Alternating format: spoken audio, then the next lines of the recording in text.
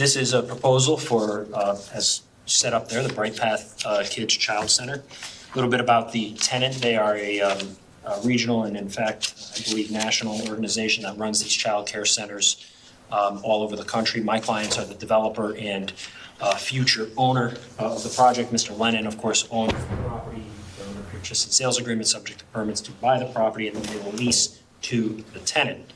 So that is also important because the tenant's business model is buildings of this size, play areas and recreation areas for the kids of this size, and that is their business model throughout the country. So you're looking at a 13,333 square foot office style building that will serve entirely as a daycare center. It's 2 stories, and the capacity that is required under state law is 35 square feet per student. By its very capacity, you can fit in there roughly about 380 students. We're going to be nowhere near that. We're going to be less than half of that. We're estimating at most 150, 55 children. That's a maximum capacity. There are 13 different rooms, as you've probably seen on the plan, 4 different sections on the playground, each subdivided to house infants, 1 to 2-year-olds, 2 to 3-year-olds, and then 3+.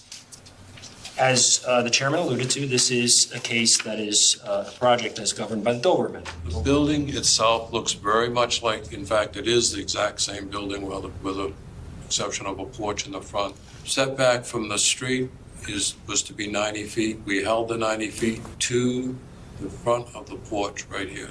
That's an overhang that they have to have as part of the drop-off and pick up for the children and whatnot. So we made the access identically the same location here that was originally approved, designed virtually exactly the same.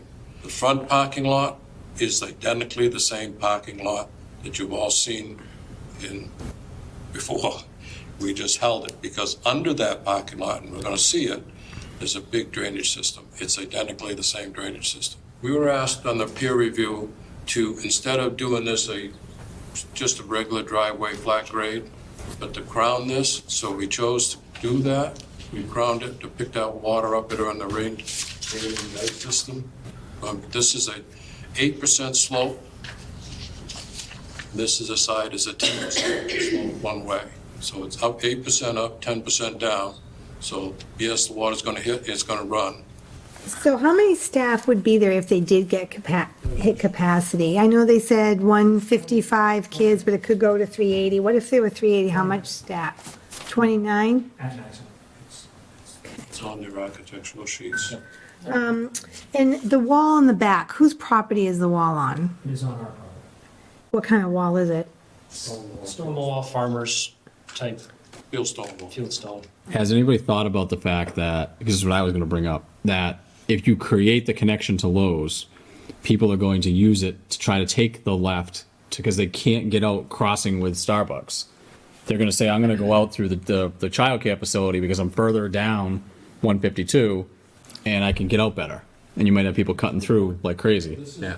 That's the first thing I saw when I saw that. I was like, It's more of a policing, and I don't mean that by the police department, it's like an internal policing issue, but we'd be happy to post signage if as a condition of approval that that entrance, should it ever develop, that, you know, this is private property and no through traffic and, you know, customers only or something like that. that'll keep honest people honest. I mean,